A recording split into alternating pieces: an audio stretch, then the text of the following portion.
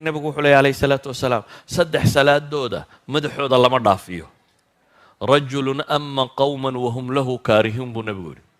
nin dad jujuub iskaga haysto salaad tukiyey iyagoo aan rabin salaadiisa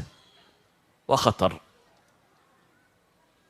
dee malaaka dowladdan iyo daddan qasabka ku haystaana ma dhaamayaan u malaynayaa dee salaad qura hal salaada kii ku haystay haddaan waxba helaynin ummadda dhan iska afduubtayna malaha ma dhaamayo laakiin xadiidka naskiisu wuxuu sheegayaa man ama qawman wahum lahu kaarihuun ninka dad imaam u noqda iyagoo neceb oo aan rabin walidalik a'imada masaajidda iyo ragga masaajidda tukiya waxaa fiican inuu qulubta dadka ilaaliyo oo dadku qof ay raalli ka yihiin inuu noqdo maxay qofka dadka tukinaya oo masaajidka inaan lagu haysanin uun maxaa qorsakaara ma tiraahdaa maxaa tiraahdaa inaanu iska afduubanine inay muslimku wada socdaan qulubtu inay wada socotaaba ka muhiimsan waxa kaloo dhan sidaa ogeed buu nabigu yidhi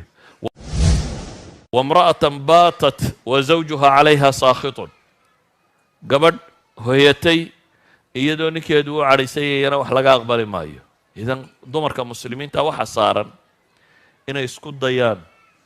zawjkeeda inay raali geliso wamra'atan casat zawjaha xataa tarjicna xadiis kale sheegayay ka saddexaad waxa uu nabigu sheegay calayhi salaatu wassalaam ka saddexaad waxa uu nabigu sheegay waa akhawaani mutasaarimaan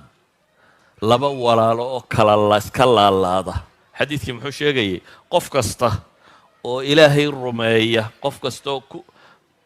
laa yushriku billahi shay-an marka acmaasha ilaahay loo bandhigo khabiisaha iyo meelahaas oo kale in ilaahay dembigoo dhaafo xadiidkii sheegayay saxiixeynka ku yaallay laba mooyaane buu nebigu yidhi labadaasi waa kuwee laba ishaysta iyaga waxaa la yidhaha andira haadayni xataa yastalixa labadaa iyaga dib iga dhiga baa ilahay yidhahda intay ka heshiinayaan idan akhwaan mutasaarimaan haddaynu isu wada cadhaysanno iska laalaadno cibaadadaa inaga xumaanaysa haddaynu rabno in cibaadadeennu cinda allahi ay maqbuul noqoto waa inaad qof qalbi saliima leh waa inaad ahaataa qofka mu'minka ahi nebiyullaahi ibraahim muxuu ku ducaysanayey aakhiro wuxuu weydiisanayey qalbigiisa in alla ka dhiga maxay qalbi caafimaad qaba